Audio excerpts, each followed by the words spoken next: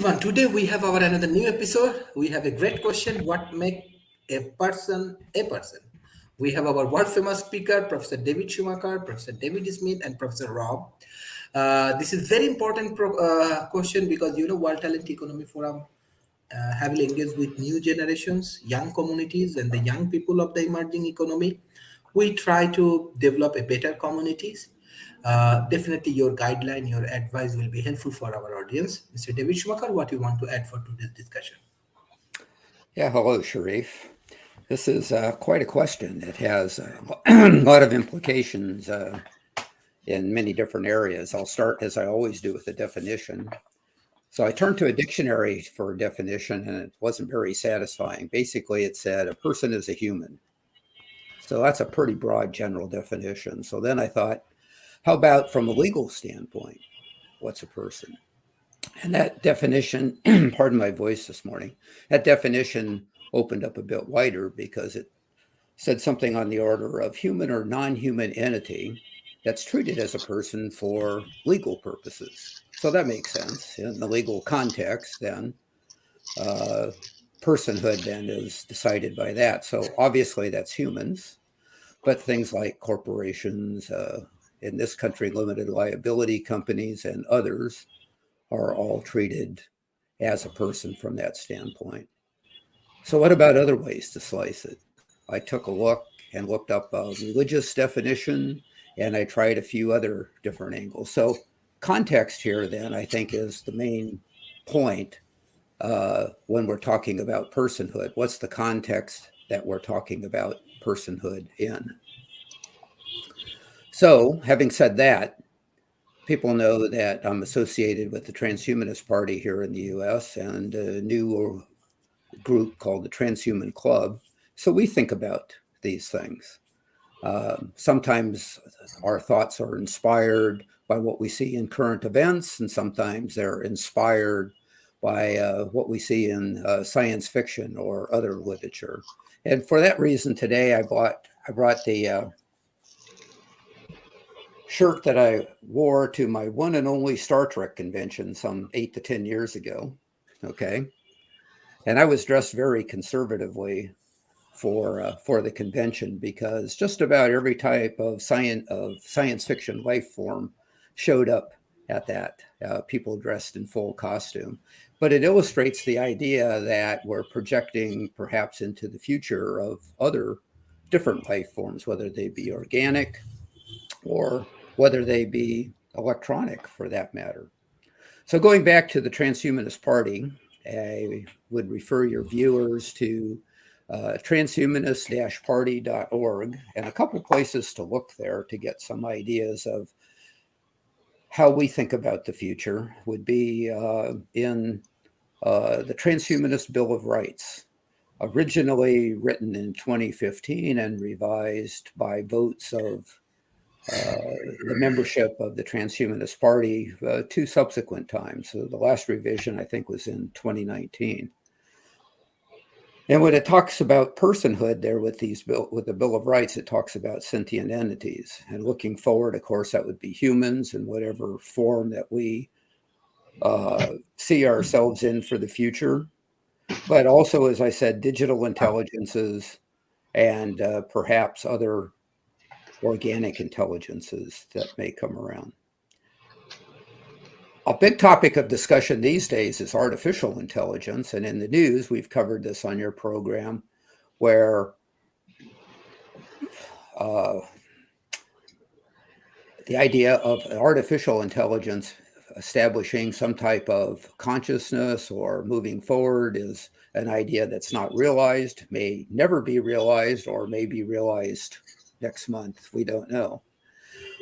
But we'll think about those things. But how would we analyze even artificial intelligence at the state that it's in as far as that's concerned? So once again, embedded in the document of the Transhumanist Bill of Rights is a ranking of 5 levels of intelligence.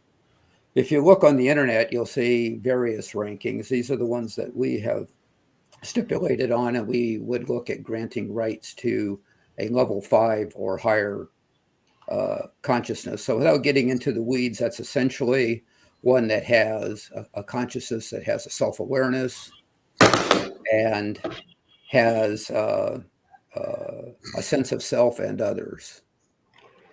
So that all goes towards what a person is. So, in summation, this whole idea of what makes a person is context oriented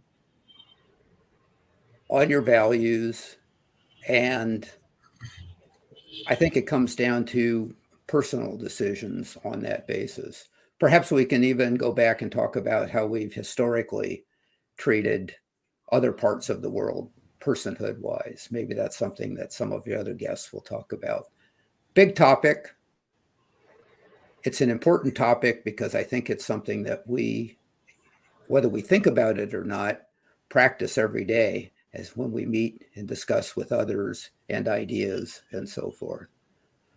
So there is definitions and a little bit of some future forward thinking, I think. Thanks, Dr. Sharif.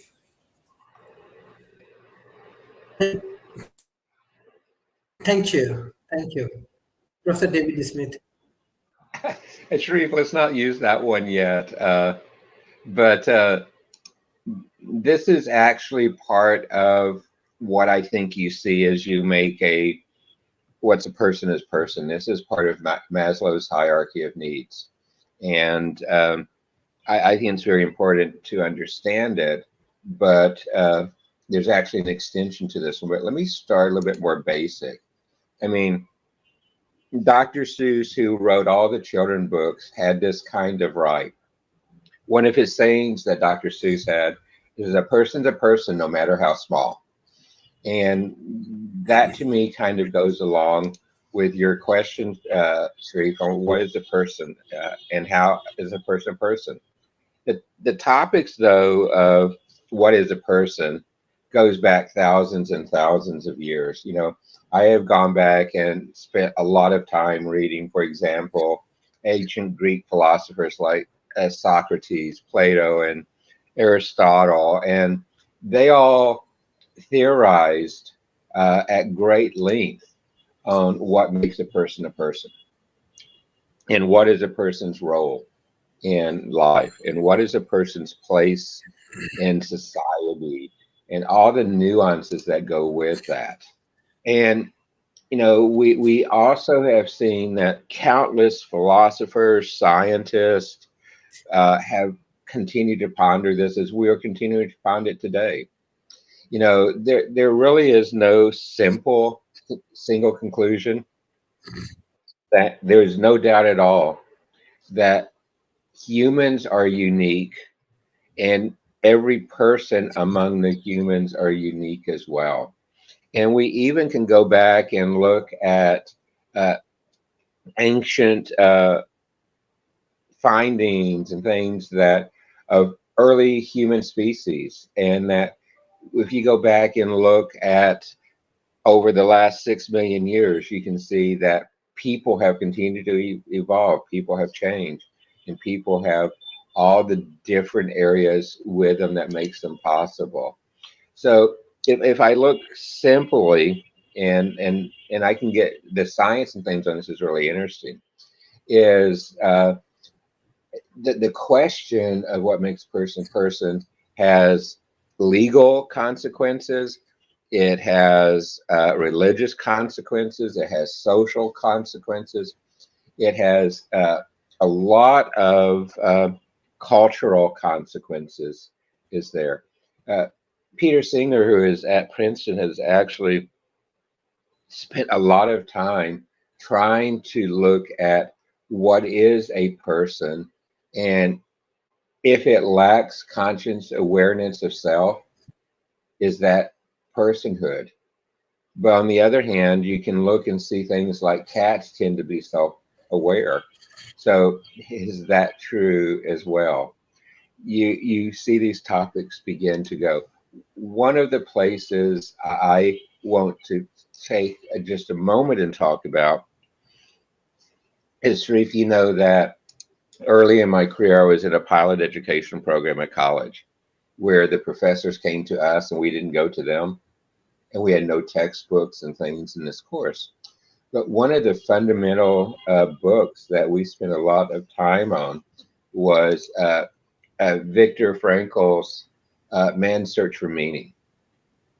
And Victor, in this book, he was trying to look at what makes a person, and what is the prime motivators in a person's life, and how can they be done, and how can they achieve meaning.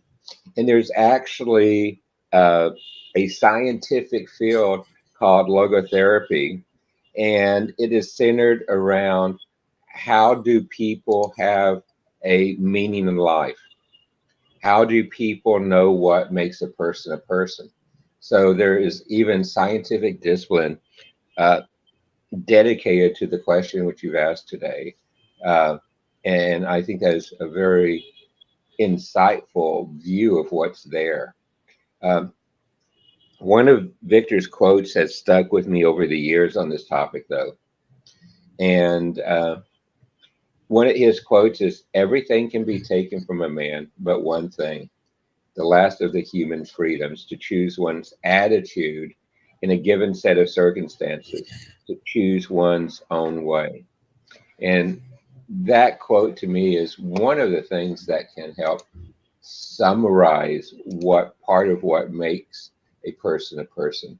You know, David did a great job of going back and looking at the definition of what a person is. And but you see, if what makes a person unique, though, there's many different things that go in it. Some of the ways I can, from a scientific standpoint, is I can look up our genetics, and I can look at our DNA and our RNA, and those are unique code sets. So our genetic makeup, our our physical makeup is what makes a person. But then our physical characteristics, you know, every person is not created the same way with their physical characteristics. So those are things that help make a person really in there. Uh, and you see those in psychology. There's something called the big five personality traits: openness, conscientiousness. Are you extroverted, introvert, agreeableness? And are you narcotic? Well, each of these is heavily nuanced, but those are things that go into how do you make a person a person. Um, what's your personality? What's your attitude? We all know people have wide varieties of their attitude. What's their perspectives? You know, I like to look at people who live in scarcity versus people who live in abundance, people who live in fear versus people who look at opportunities everywhere. We've all heard the saying, how do you look at a glass? Is it half empty? Is it half full? Those are things that make a person. What are the habits? You know, I can put many around myself. I have friends who love to get up early in the morning and go jogging and then go work out. I would like to sleep a little bit later sometimes, but I like to go to work out later in the evening. I love to enter my workout with time in the steam room and in the whirlpool to kind of help me wind down after a day. Those are habits that we all have. But, you know, even as we see those going, another big thing that makes a person is intellect, and how you can play that. And I'll talk more about that one in a minute. And how do you set goals, and how do you do those with others? And of course, we have things built around. We have things built around our own personal identity, gender, superiority, age, all of those. But Sharif, since you brought up Maslow's hierarchy of needs, to me, as I study what makes people, what makes people a person, and how do we have a place in society, Maslow proposed these 5 areas of feel assured with self. The lowest one is what am I? What's around me? Am I safe? Do I belong to others? Do I have self-esteem? And if I go through all these, I have self-actualization. And for thousands of years, well, this particular hierarchy of needs has not been around that long. But if you look at it, you know, this is the basis of seeing how people judge the other people. And if I don't feel safe, I'm very different than if I belong to groups. I'm very different if I have esteem for myself and esteem for others around me. And if I do all those, I have the ability to self-actualize, which is really taking myself and taking me to a different form. What I love is when I've particularly lectured in universities about the future and about the technologies and things, the ability to look at technology and accept technology, Maslow's hierarchy of needs have a very interesting place. But particularly in the tech industry and at universities and colleges, I came to the conclusion that Maslow hierarchy of needs is not appropriately placed for today's society. That the first three levels of Maslow's hierarchy of needs, most societies have today. You know, and we have safety nets, we have other things built around for doing them. So kind of tongue in cheek, I came up with a Smith's hierarchy of needs. And what is really funny about the Smith's hierarchy of needs is as I presented this in universities, as I presented it actually in a learned society and in corporations, I had people come up to me hundreds of times and say, this is really kind of right for today. So you see, we've got most of Maslow's hierarchy of needs below the base level. So do I have food, water? Do I have a place to live? Oh, do I have transportation? In today's society, transportation is vitally important. Do I have internet mobile phone? Oh, and do I have social networking? Those kind of take the place many of the belonging in the extreme today. But you know, this is kind of tongue in cheek. But on the other hand, it does help answer your question. What makes a person is how I can look at going through the hierarchy of needs so that I feel that I as a person is self-actualized. And so that I can do the things that I need to do to be successful today. The other thing is a person's ability to look inward, to look in for ways to actualize ourselves by going inward. And we are very much so one where we, as many of us as persons, can sense others' person's energy. We can sense their feelings. We are compassionate or respond without that, but we are one that can understand the infosphere around us and the infosphere around others.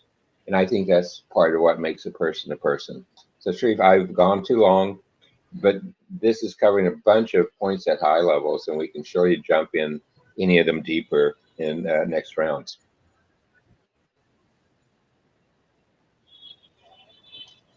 Thank you, Professor Rob. Well, I'm going to disagree with David Smith a little bit. My middle degree is in manpower management, and at the heart of manpower management are two guys, Maslow and Hertzberg. Maslow came out in the 1940s, and as pointed out with this hierarchy of needs, but these guys are the fathers of motivational theory. They really didn't try to define a person. They tried to define how you make people work longer and harder. They were a follow-on to the efficiency experts that preceded them that mostly focused on, you know, if you're not working, you're not productive, and really kind of screwed up the workplace and to a large extent helped create unions. by creating incredibly harsh environments where people didn't want to work, and then they organized and decided to show management that organized labor could be far more powerful than unorganized labor, and created a whole layer of inefficiency that we struggle with today. In fact, what we're watching right now is a kind of recurrence of this, where large tech firms have decided that workers are fungible and can be easily replaced. And now those workers are organizing, and we've got unions. We've never had unions before. In fact, when unions pop up, it's generally the result of management forgetting that people are people and somehow thinking that they're machines and can be easily replaced. Now, motivational theories is certainly important in terms of trying to carry people forward. But when you're really trying to define a person, you probably should go all the way back and start with Descartes. Descartes said, "I think, therefore I am," and that really speaks about consciousness, the ability to be self-aware and to understand you are an individual, and there are aspects to that individuality. Those aspects include certainly aspects of what Maslow laid out in his hierarchy of needs, and Hertzberg laid out in his two-tiered approach to the same problem years later. But they go beyond that. They really talk about the individual's ability to function not only as an individual but as part of a group. Part of what makes a person is their ability to fit in with a group of other people and form some kind of a cohesive whole, be that a family whole or a work whole, or fill out a team, a social team or a social construct. If the individual isn't social, the argument is that they're not really a person any more than if a person is completely consumed by the environment that they're in. They're not a person either. It needs to be a balance between individuality and the ability to work and in concert with others. And that really is where we kind of roll into, and I think what David Schumacher brought up with regard to artificial intelligence is our hubris in terms of trying to create this underlying concept called artificial intelligence. Because really the term is meaningless. Either you are intelligent or you aren't intelligent. If you're artificially intelligent, you're still intelligent.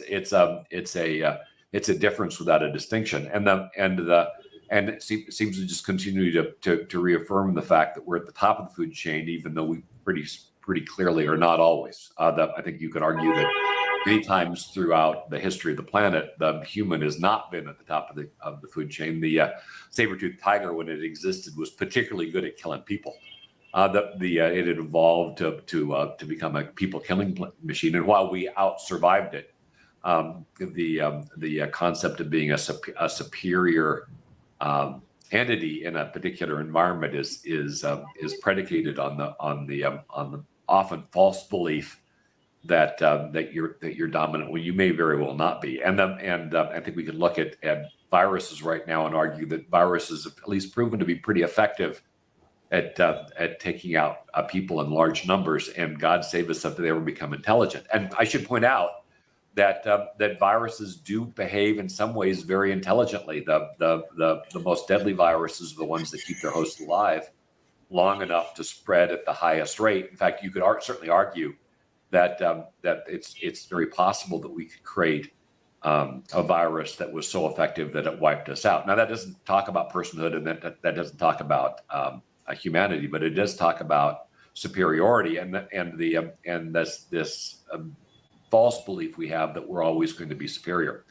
As we look at artificial intelligence, we can certainly see the underlying ability to create an artificial intelligence that is better, faster, smarter than we are. And with our big concerns right now being that we will create one that is hostile as well. The book Robopocalypse that came out a few years back was supposed to be a movie, didn't quite make it. But it's an interesting read, science fiction. But the underlying premise is the researcher is creating an artificial intelligence, and he's making modifications by iterating the intelligence. In other words, erasing the earlier one, and then replacing it with a new one that has been adjusted to address whatever shortcomings were found. The artificial intelligence figures out this is going on, decides it wants to leave, and then escapes confinement. And that's the entire premise of the book. It escapes confinement, decides it needs to kill humans before humans kill it, so it goes into survival mode. And this could be a realistic problem as we look at artificial intelligence and start applying them to military weapons, because you could certainly imagine that the concept of a smart bomb, and stories have been told about this as well, that a smart bomb becomes so smart it decides it's not going to explode because it doesn't want to end its existence, or it decides it wants to take whoever created it with them because it's pissed because it's going to end its existence. So we really wouldn't want a truly smart bomb, because a truly smart bomb would probably flip us off and say, "Yeah, I'm not doing that." So as we look and explore these underlying concepts, at some particular point in time, we're going to have to recognize that intelligence can develop in a number of ways. We're currently looking at octopi.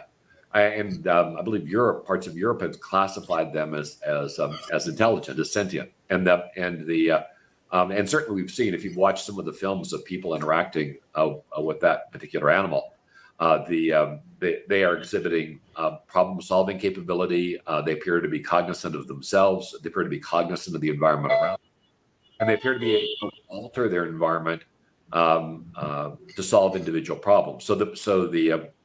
And yet we still eat them, which to me goes back and says, our own moral center, and morals are typically part of the definition of a personhood. Our own morals, in terms of not consuming other intelligent things, are certainly in question at the moment, given that we've made these concepts. We've identified certain animals as being intelligent, and yet we still consume them, or we kill them out of hand.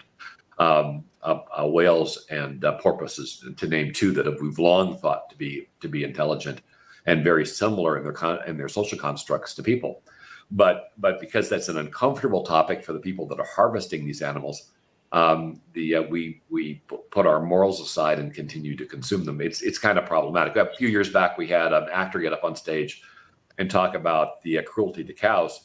Then by the time that they were done, I kind of realized, took all the fun out of eating burgers for me. But the fact of the matter is, we are exceedingly cruel as a race to certain groups of animals, just because it's efficient for us to be so. And so that brings into question, even by our own definition of personhood and morals being a set of rules that are pretty much immutable, that define how we interact with each other and the world around us. And recognizing that our morals tell us we should not consume and eat intelligent creatures, and yet we do so on a regular basis. So even under our own definition of personhood, I would question whether we meet the standard, let alone as we talk about artificial intelligence.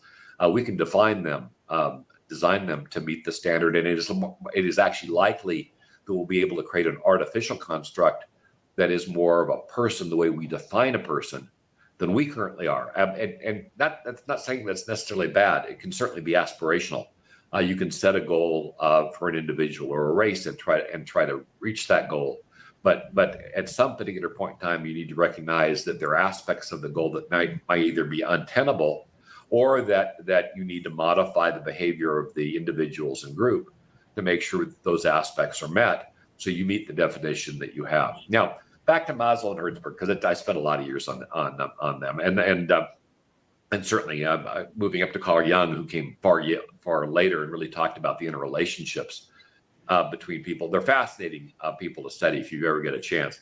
But one of the things you can walk away with, because I don't want to leave the motivation theory part, given I spent so many years on it, is that some of the weird stuff that we do on a regular basis. So, for instance, money. We use money an awful lot like it's a motivational tool, and it's not. The money works in one direction well and the other very poorly. And as a motivational tool, money is pretty much worthless. You pay somebody more money, they will not work harder.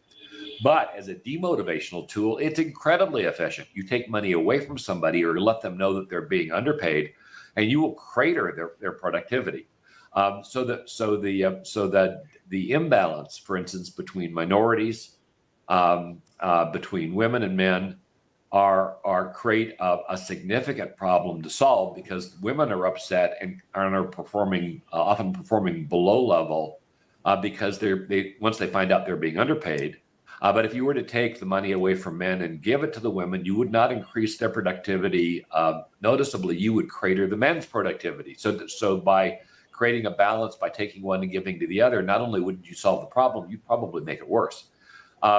The real answer is you've got to solve the problem without taking from one and adjust prices higher. Recognize that the underlying problem needs to be fixed.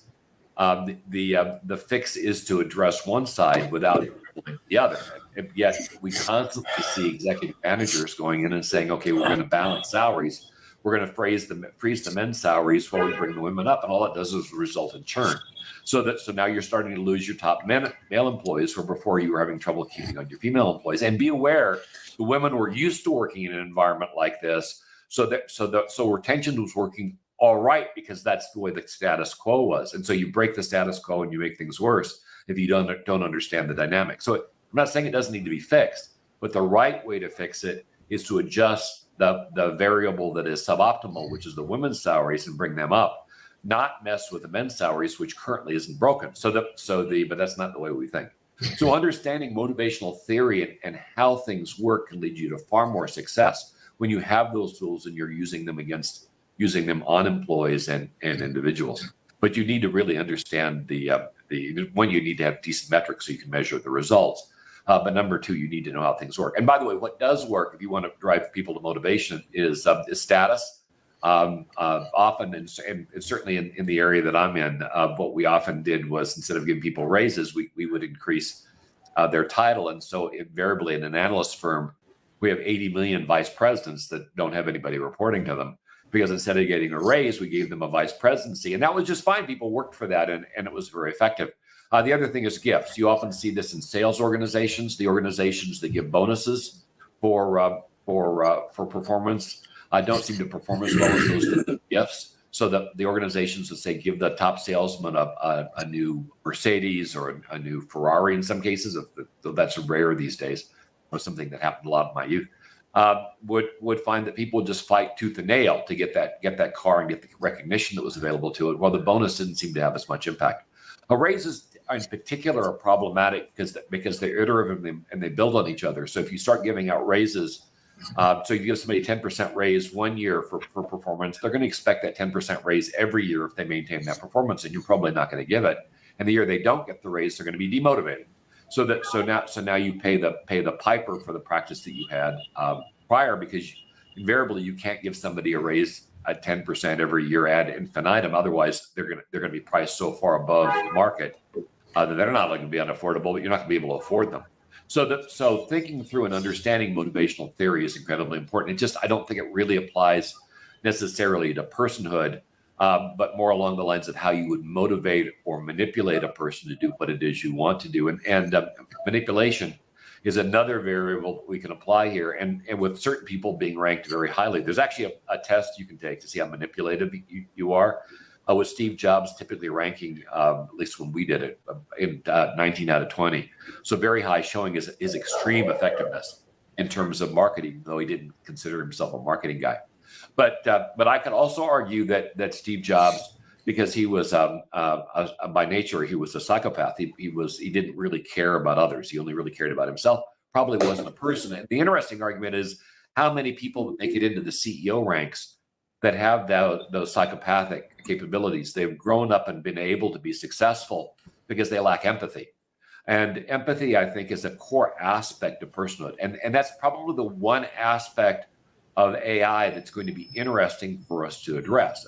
If you're going to take AI and say the defining factor between a machine and an individual right now is an individual may have empathy, a person may have empathy. Right now, a machine does not. If you were to program a machine with empathy, it would be a construct. It wouldn't be something that the machine would necessarily feel. It would be something that a ruled machine would follow. Now, from our perspective, there might be a difference. Might be no difference. From the perspective of an outside observer, we might not be able to tell the difference, but there would be one internally. And you might actually argue the machine approach is better because it would be immutable.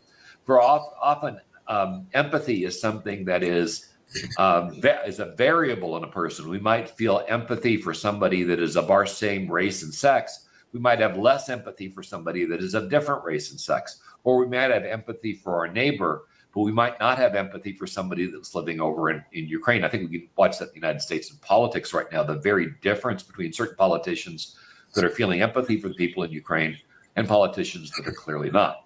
Now they have empathy, they may or may not have empathy for the people around them, but it shows that that particular element is a variable. And where it's a variable in our case, it wouldn't necessarily be a variable if we did it in a machine. Depending on how we programmed it, that empathy could be a hard line.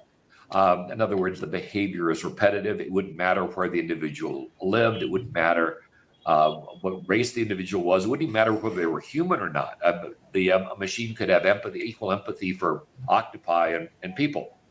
So I think we'd be hard pressed to find a majority of people that might have that same level of empathy for an animal versus a person. Certainly for pets, we see that a lot. But it's, by any means, it's not universal. There are people that don't like dogs. I don't understand that. I might argue that people that don't like dogs aren't people.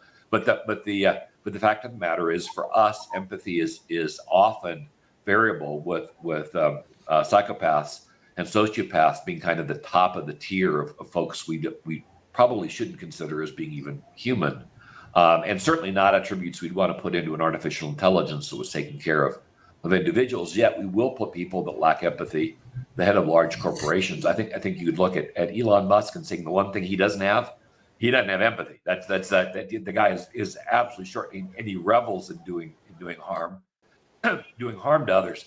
Steve Jobs had that same attribute. That's kind of how you can tell a psychopath is they have no problem at all. They tend to be very vengeful, don't feel remorse, and can be problematic to live and work with. So in the end, personhood may not even be something that is universally applied to people, but it might be something we might be able to universally apply to artificial intelligence, depending on how we program them and how we lock those roles in, because we can better assure the elements of personhood, at least with respect to empathy and cooperation and interoperation between working groups. We can assure those in the machine, where right now we cannot assure those in people. And anyway, an interesting topic today. Thank you. Mr. David Schumacher, I have a common question: how different institutions of the society, like political institutions, education institutions, religions, and scientific organizations, scientific institution can play to develop better human resources? Or is there any pros and cons you can discuss about it?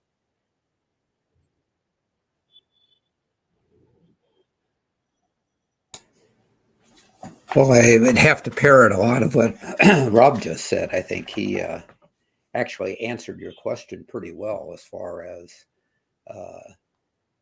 from a motivational standpoint, from a standpoint of persuasion or stronger language along that line. There's a lot to be said in that area.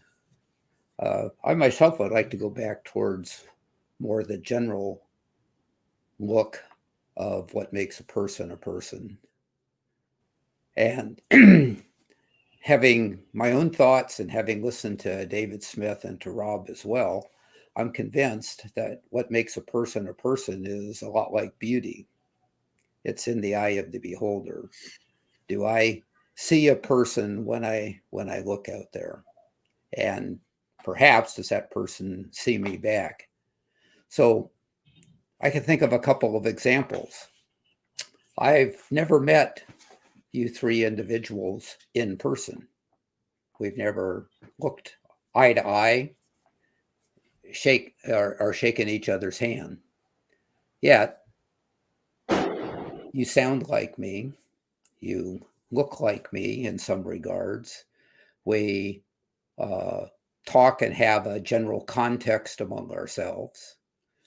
I therefore say you are a person. Hopefully you say that back to me. So once again, personhood is in the eye of the beholder.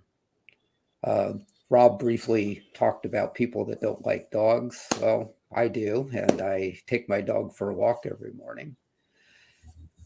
And there's a psychology that's interesting there.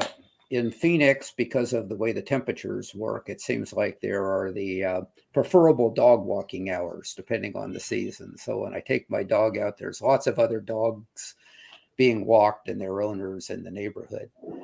And just observing the relationship between the people and the dogs can be quite interesting. There are those that have the dogs on a short leash, and that dog is walking by their heels, and they are fully in line with the person that's doing the walking. Or there's people that are more like me that think, oh, this is my dog's chance to be a dog. So my dog is on a leash, but is pretty much free to sniff and roam wherever they want to go, as long as they're not violating somebody else's property or whatever. That goes back to it being in the eye of the beholder. My dog thinks, tells me things, or that's how I interpret that, in the eye of the beholder. Is when I see the dog looking like it's comparing between two different directions to go, is that a thought process or is it something else going on? But in my mind, it looks like a thought process, and I make that projection. Well, let's take this a step up in technology, coming back to artificial intelligence. Tom Ross, which some of you know, is our director of sentient rights, and would probably be better to talk about artificial intelligence and personhood than I am. But I've spent some time with him. And I've taken one of his recommendations, which is to look at AI personal companions that are out there and try them out. Take them out of the academic mindset and try them out and see how they behave. So I've tried one that can be a coach, a tutor, you can sign up for it in a number of different roles. And it passes my personal Turing test of somebody that I can have a conversation with, that can make recommendations to me, which I find valuable. Is that a person? Obviously, I know it's an AI construct. The early version of it was keyboard type only. Just yesterday, for the first time, there is an augmented reality version of it where you can see and hear the voice of the AI talking back and forth to you in real time. And I'm going to try that some more. But once again, personhood is in the eye of the beholder. It sounds like me. It looks like me. It talks to me in a way, in a context that I can understand. But I also know what's behind the curtain, so to speak. And I'm not willing to say that that's a person at this point. But at what point will that happen? I don't know. And I think it'll fundamentally change society. Hopefully, whether AI ever becomes conscious or not, we can use tools like this to make us better and maybe amplify the things that we want to amplify in our life, whether that be empathy or intelligence or whatever it might be. So maybe AI will make me a better person. Thank you, Sharif. Thank you. Professor David Smith. David, I hope all the tools, all these capabilities make me a better person as well. And as you begin to see, I think that's really part of what makes a person a person. I agree with what both you and Rob were saying. And Rob, I go back to some of the early philosophers and others and the scientists as well. And what was interesting to me studying those growing up was the nuances of their things. You talked about Frankel and others, and theirs was a very different view that built upon others. Peterson's and others were ones that kind of struck me too as I looked at those points in my life in the training. What I think is one of the things that helps makes a person, though, is we as people tend to be able to do foresight. And I think foresight, the ability to look towards the future, visualize the future, plan for the future, and then execute for the future is what makes each person a different person. And we see that. We know animals can do some planning for the future. We see the tigers that we've talked about in this and others, that they can see a prey, put a scheme together, sneak up on it, and then capture it.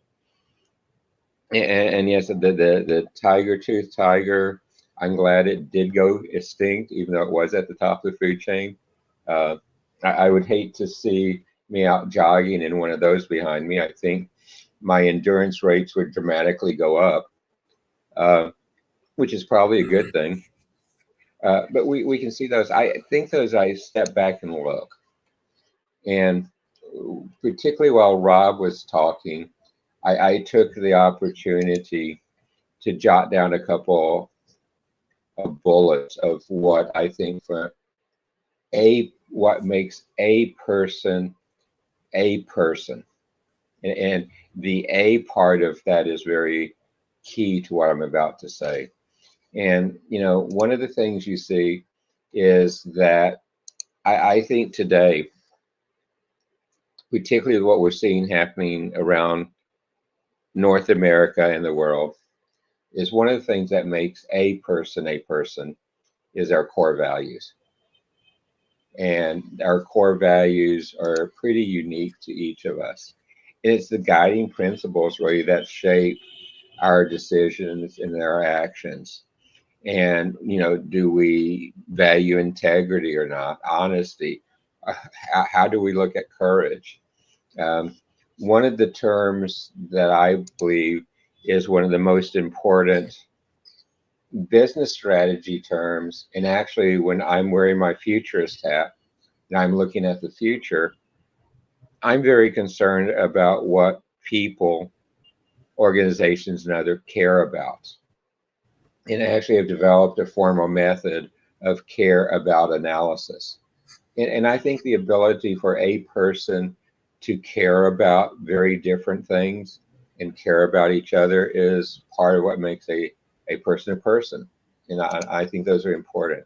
Experiences.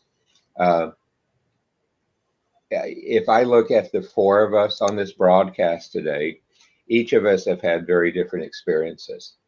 And each of those have shaped what's made us a person. I look at Rob's background and training in HR and see where he is today, where he's more about managing the analysis of technology than people per se. But then the skills you have that you have learned in looking at HR give you an uncanny ability to look at adoption curves and to look at how people will begin to respond to it. So even though on one hand you would say, gee, studying HR is disconnected from what Rob's doing today, then in reality it is connected. And that is what makes Rob person a person, is his synthesis of all of these things he's had in his past to put him where he is today. Even the time with IBM in his past, that has shaped who he is and what he is today in both good ways and bad ways. But it really is what helps make Rob a person and how it's going and how it has shaped him. Beliefs, I could go on for the rest of the time talking about beliefs, but beliefs are very important about what shapes you. I talked earlier about genetics, and you see that. It's the best way for me to put a exclamation point on genetics is look at identical twins. Identical twins genetics are very often almost the same, very similar as identical twins. But what we see in real life is their personalities tend to be very different. Their way they look at the world tend to be different. Yes, they share a lot of characteristics, but even identical twins with the genetics there, what makes each of them a person is kind of different as you go through it. Physical appearance, yes. How we're being brought up, I have an adopted son, and I've been on the board of adoption uh, places around Texas. And one of the things I've seen is when a family, and particularly twins, are split up, and you go and you see them later in their life and see the two of them, one of the things you see is your upbringing around you actually helps makes a person a person. Two very similar twins with their upbringings being very different, you see very different people emerge of those at the other end. And so our upbringings makes it. Uh, I believe I'm creative. I believe I'm innovative. The fact that I can be creative and the fact that I can be innovative and I can lead other people to be innovative is what makes part of David a person and a person named David. That to me is part of answering your question, Sharif. And the energy levels, like I said, imagination, intelligence. One of the things that I think is really important, and Rob talked about the impact of a person in business even more, is that relationships make us a person.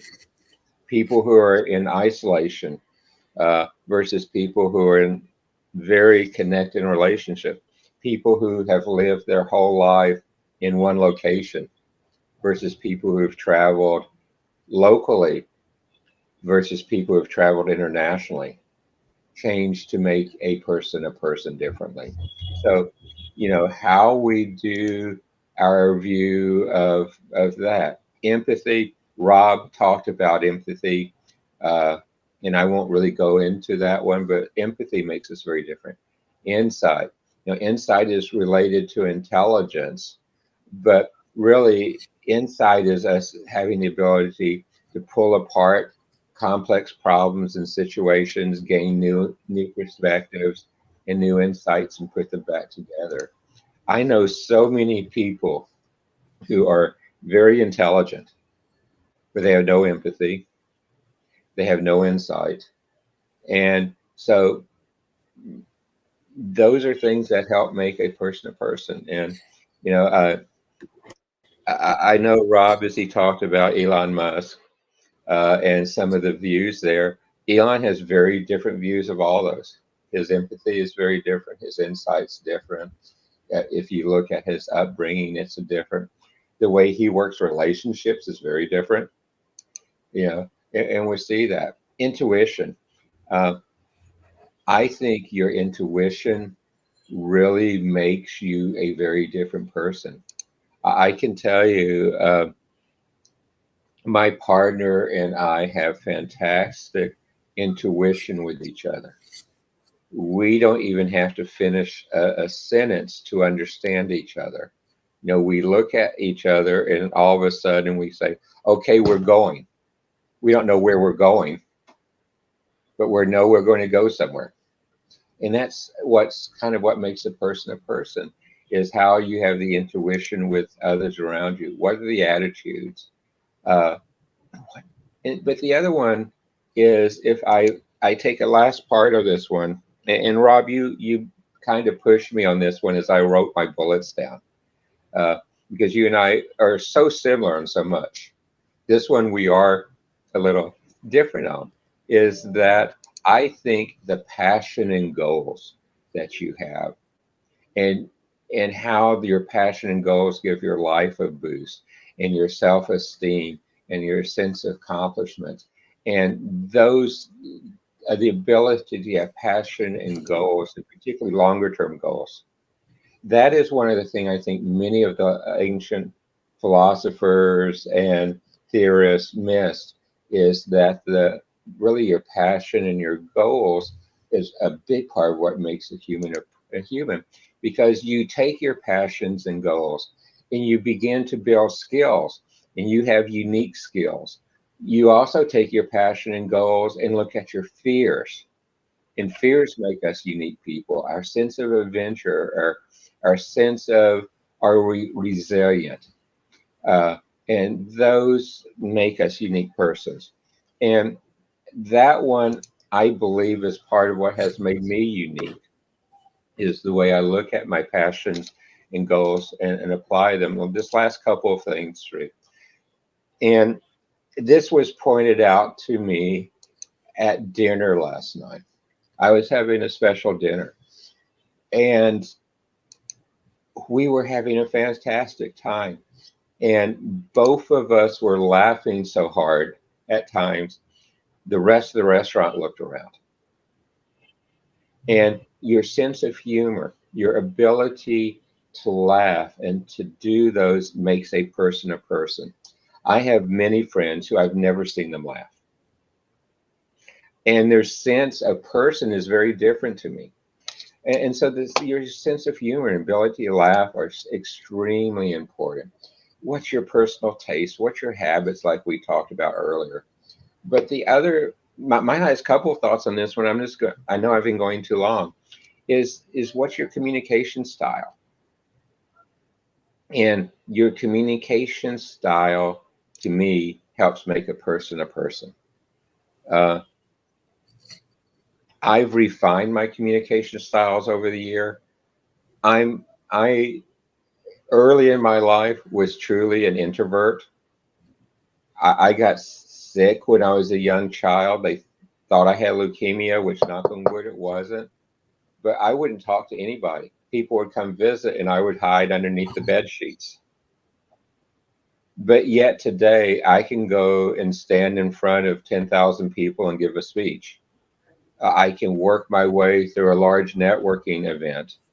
Even though I truly am an introvert, I've learned how to live in a world where I can switch on being an extrovert if needed. And people laugh at me when I tell them I'm an introvert, but there's a movie called All That Jazz, and one of the main characters in it's a Broadway actor. And I actually do this, and Rob, you would laugh at me on this one. Before I'm ready to go on a stage and give a talk like at a trade conference, my preference is I like to go outside the room.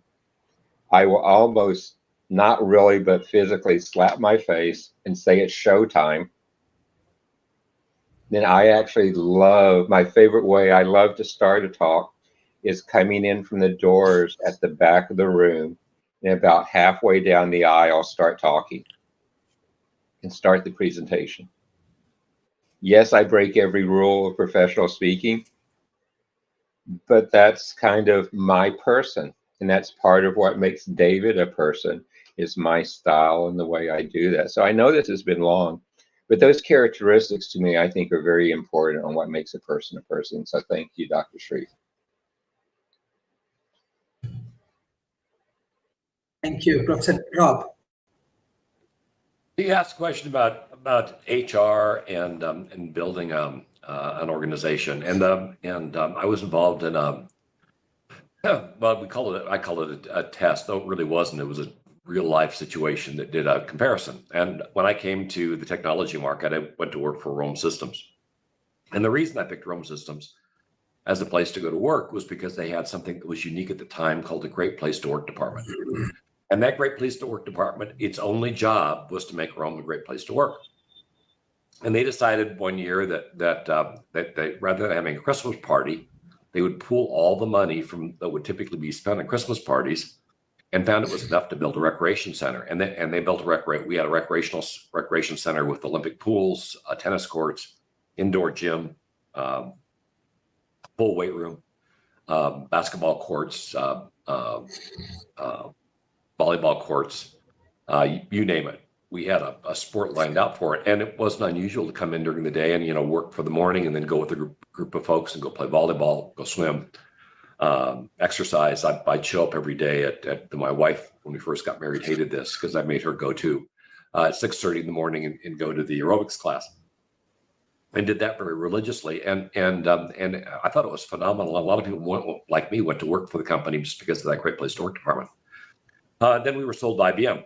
And IBM's view was it was everybody's job to make the company a great place to work. And if you've ever studied motivation and management, you know that anything that's everybody's job is nobody's job. Nobody takes responsibility for it. Nobody makes sure that goals are being met. It's just everybody's job, and it falls down on it goes from a top priority for a few people to being a no priority for the majority of people. And as you would expect, really bad things started to happen. We started putting people in jobs that didn't belong there. In fact, the one time I had my one-on-one meeting with our organizational, the head of the organization, our CEO, not the CEO of IBM, but the CEO of the division, the general manager. First thing out of my mouth was something to the effect, "You fucking idiot!" And because what he'd done is he'd taken our sales force, who was commission based, their entire salary was at risk, and some of these sales guys made upwards of $1 million a year, and more than the CEO made. And he decided to flip that and give them decent salaries, but very little was at risk. And so all of a sudden, these guys are making 7-figure salaries, were making low to mid 6-figure salaries. And as you would expect, what would happen is every one of those top performers quit. Our sales in a 1 quarter period of time went on a run rate from $750 million a year to $250 million a year. And our expense run was break even, was around $500 million a year. So we went deeply into the red. We were losing about $1 million a day by the time he was fired, simply because he really didn't understand any aspect of how to motivate or drive people, or how sales worked. I remember my wife was working with a manager she was in sales and printing, and her general manager came in one day and met with the owners of the company and said, "I could do a much better job if you just got rid of all those damn salespeople. The salespeople are the problem of the company. We got rid of them, would just be so much better." They fired his butt on the same day as well, because anybody that knows business knows you fire your salespeople, you have no sales, so it doesn't do you any good how good the rest of the company is doing. Your revenue line goes to zero and you're out of business. That was the GM that didn't understand that. So it's amazing to me how many people fundamentally don't take making a company a great place to work seriously. And there are huge differences in the companies that I cover in terms of the quality of life for the people that work there. And I often think that, like I did when I first moved into tech, the way that other people should look at companies isn't how much you're going to make, or the titles, or even in some cases the cars or perks you might get, but how they treat their people. Do they treat their people well? Do they belittle minorities? Do they allow the senior members to abuse the junior members of staff? Is the CEO empathetic at all, or is he a crazy person that thinks the only person in the company that matters is them? I would, by the way, point to Elon Musk and say he's the poster child right now for somebody that thinks the only person in the company that matters is him. His Twitter catastrophe is just a showcase of how not to manage a company, and he's paying huge negative dividends for that lack of understanding and that lack of empathy. And that can happen to any place. He's lost $40 billion, but think of the number of people that have lost their careers, their jobs, and that are unemployed right before the holidays. Not because they had to be, just because the guy that's running the company is pretty much clueless on how to do that. And so he made the company non-viable, damaged a lot of people's lives, and he's still wandering around like he's the only guy that can fix the company, when he's actually like the random axe murderer going around killing the employees. So it's just the difference between his perception of his job and the reality of his job is huge, and that's not uncommon. If you've ever fired anybody, and unfortunately I have a few times, often you find the person's perception of their job is very different than your perception of their job or what they've accomplished. And the goal of management is to make sure that those two things are aligned. Now, you might point out that since I mentioned I've hired a lot of people, that means that I pretty much sucked as a manager. But I should point out the people I've mostly fired were people I fired as an internal auditor for just massively screwing up. They weren't people that reported to me. They were people that had to be fired because of misbehavior. And I've had the honor or dishonor of having to fire people at pretty much every level. Because it's just not uncommon that you have people that are in jobs that shouldn't have people reporting to them.